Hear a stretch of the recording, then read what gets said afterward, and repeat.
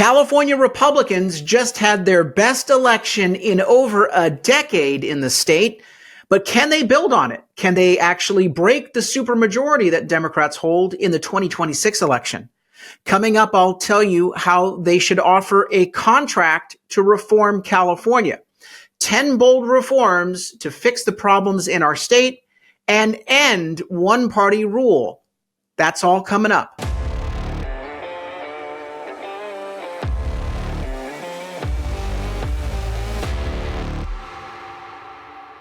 I'm Carl DeMaio, chairman of Reform California, and you heard that right. California Republicans had their best election in over a decade, winning 3 seats in the state legislature. Now, the Democrats will still hold a supermajority, but in the races across the state, Republicans made up considerable ground.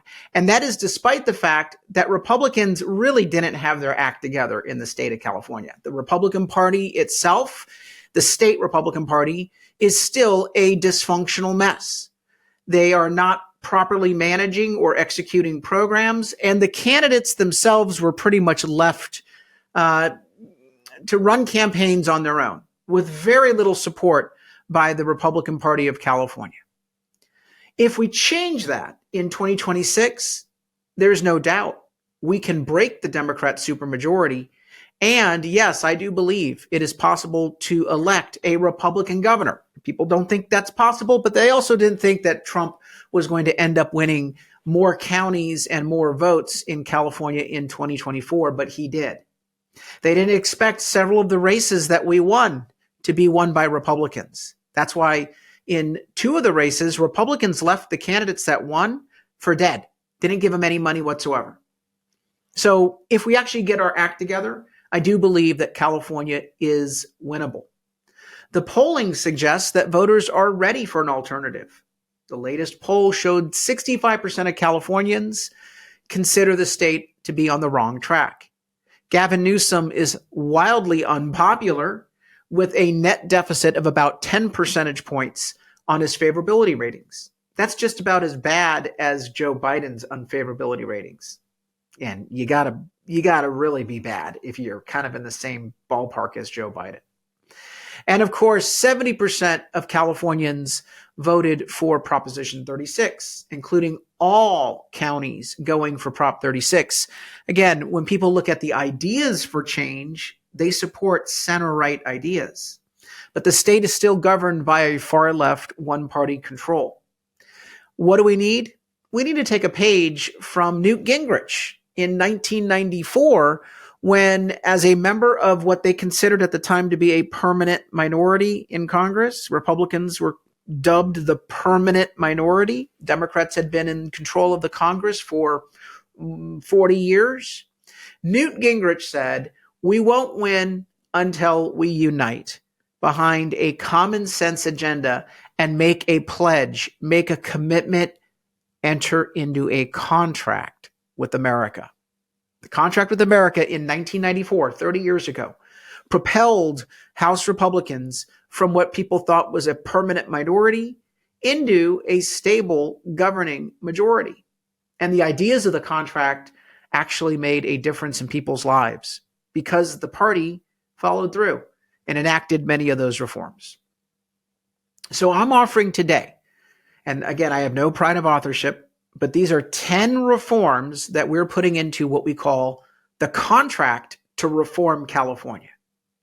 And these ideas are common sense. In fact, when you look at the polling, these ideas poll at 60 to 75% favorability.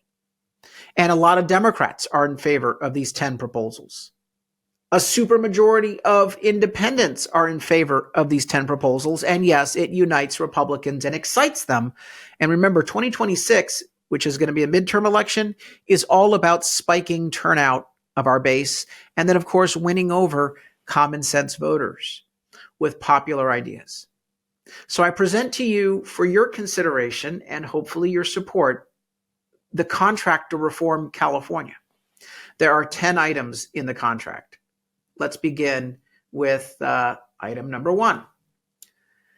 We know that cost of living is at a crisis point in our state. People can no longer afford to live here.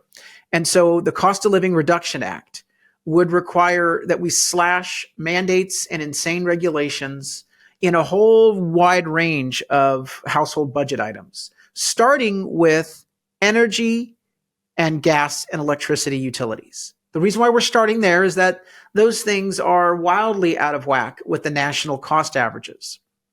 And I'm creating a methodology for cost reduction that would then be extended to other areas such as home insurance, housing, healthcare, and you name it. But we have to start by reducing costs, driving down costs for gas at the pump and energy, electricity, and gas utilities at your home. It would require that any time that your gas price or utility electricity prices were higher than the national average by more than 10% for a quarter, that all state taxes and fees be immediately suspended for 6 months. And it would continue to be suspended. Here's why we're doing that. If the politicians don't get their money, then they will have to reform their mandates to get a piece of the action. Why are we allowing politicians to collect taxes and fees when they're driving up the price on all other aspects of the gas price or of your electricity price? If you take it from the politicians, they will be forced to reduce prices by slashing regulations.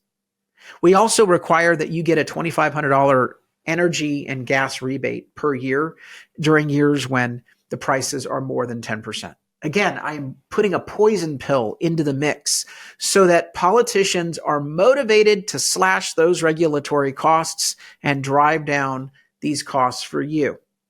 No more price gouging by politicians. If you're hurting, they should hurt. The Taxpayer Protection Act is the second part of the contract to reform California. It makes it harder for politicians to raise your taxes. It also prohibits the politicians from imposing a mileage tax, an exit tax, a wealth tax, or increasing car or gas taxes. It restores a 2/3 vote requirement for local special taxes and requires that honest ballot titles be used when any tax measure is presented on the ballot so that you know that a tax increase is in the mix. Third, the Balanced Budget Accountability Act restores the requirement of approving a budget to 2/3. If you have Republican votes required to approve a budget, we can get cost savings implemented. It also caps labor costs in the government, in the budget, and requires cost efficiency reforms in every state program. Third, the Education Choice and Parental Empowerment Act gives parents real voice by giving them money. We would go to an education voucher system for California, and more than 26 states have education vouchers of some variety. The law would provide $13,000 annually in education vouchers for every student, giving parents a real voice and a real choice for their children. Fifth, the Homelessness Reduction Act. This would end corrupt and wasteful spending on homelessness programs that only go to rich developers for these $1 million per unit condo towers. Instead, we would prioritize the expansion of shelter beds, and we would require that anyone who gets a shelter bed would have to comply with clean, sane, and sober living rules, including going to mental health and substance abuse treatment. It would ban developers from giving campaign contributions to politicians in exchange for receiving funds to build homeless projects. And finally, it requires removal of homeless camps near schools and in public areas. 6, end reckless release of criminals. And let's start branding that term, reckless release, because that's exactly what the Democrats are doing. They're giving early release to violent criminals and allowing sex offenders to be released into residential communities. We need to stop that, and that's what this sixth proposal would do. 7, the California Secure Borders Act. This would end the sanctuary state law and end taxpayer-funded handouts to illegal immigrants. We also would require the cross-deputization of local law enforcement to assist Border Patrol and ICE in their duties when necessary, and provide standards for deployment of the National Guard to the border. 8th, the Voter ID and Election Integrity Initiative. It would require voter ID, accurate maintenance of voter lists. It would require that we audit signatures to verify that signatures are properly accepted and rejected. It also penalizes counties if they don't complete their counting of ballots on time. It's been, weeks since the election, and some races are still undecided because they're still counting ballots. Unacceptable, and this would put an end to that. Ninth, and I love these last two, and I think you will too. Punish the Unconstitutional Actions Act. This really addresses the bad habit of Governor Gavin Newsom and state Democrats for imposing unconstitutional laws and mandates on you and me. Every time one of their laws or mandates are overturned by a federal court, the politician who supported it, whether you voted for it in the state assembly or in state senate, or if you signed it into law by governor, you would have your pay docked by 25% for each offense. With the track record of these power abusers, they'll be working for free very soon. I think that this is the only way we're going to force them to stop grandstanding through unconstitutional mandates. Because what happens is when they impose these unconstitutional laws, we have to sue, we lose our rights, and it really it imposes damages on citizens when our rights are infringed upon. We need to impose damages on the politicians who commit those bad acts. Finally, 10, cut the Politicians' Perks Act. It requires that the state politicians live under the same laws that they impose on you and me. It would ban gifts, it would ban lobbying, and it also eliminates the lavish perks and pensions for politicians across the state. If you agree, before we get to the agreement, here are some of the key numbers here.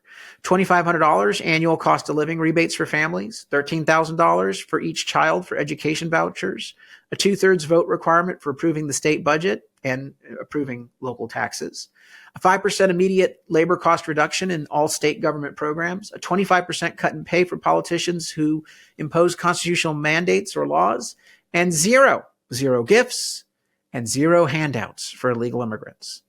If you agree with this, go to the website contracttoreformca.org. That's contracttoreformca.org. Here's the page that will come up. And what I need you to do is share this page with all your friends so that we can actually expand awareness that there's a united, common sense agenda that we can offer in contrast to the Democrat supermajority of the state of California. Now, this is what we're going to do next. We are going to promote the agenda with voters, but we're also going to go to candidates for governor and any statewide office in 2026. And by the way, there are a number of candidates that are gearing up to run on our side. We want one per office, not splitting the vote. But I'm going to talk to them about endorsing this plan. And I'm going to talk to all of our state senators, state assembly members about endorsing a common agenda like this one. We need to offer a common sense, united, detailed reform package in the 2026 elections like Newt Gingrich and the Republicans did in 1994. If we do that, I think Californians who are hungry for change, and the 2024 election shows they are hungry for change, I believe they will reward us by flipping seats to our column. And we can end the supermajority that the Democrats have. I actually do believe we can elect some statewide officers, perhaps even the governor. But it's going to take superior ideas. It's going to take a united team. And we've got to force these Republicans to start thinking in terms of a contract to reform California. Again, I'm not going to insist that it be my contract. It should be our contract. The grassroots should create this movement. Politicians, they'll follow. We've got to create this train moving out of the station. And I can only do that if you help us. Go to this website, contracttoreformca.org, chip in a contribution, and share this plan on all your social media accounts. Also, sign off or sound off in the comments below. Tell us if you like the contract. Are there additional items you'd like to see in it? This is a draft, okay? So as we finalize it, leading up to getting other Republican elected officials to buy in, as we finalize it in time for the 2026 elections, we can always add things. So comment in the section below, the comment section below, your ideas and whether you would support this agenda and what you would add to it. Help us save California. To do that, we need a contract to reform California. Until next time, I'm Carl DeMaio, incoming state legislator, as well as chairman of Reform California. Thanks for watching, and I hope you enjoyed this episode. But before you click away, please subscribe to this channel and click that notification button so you get updated when we post new episodes. Plus, like this video and share it with your friends so that we can help spread our message across the state. Reform California with Carl DeMaio is paid for by Carl DeMaio for State Assembly.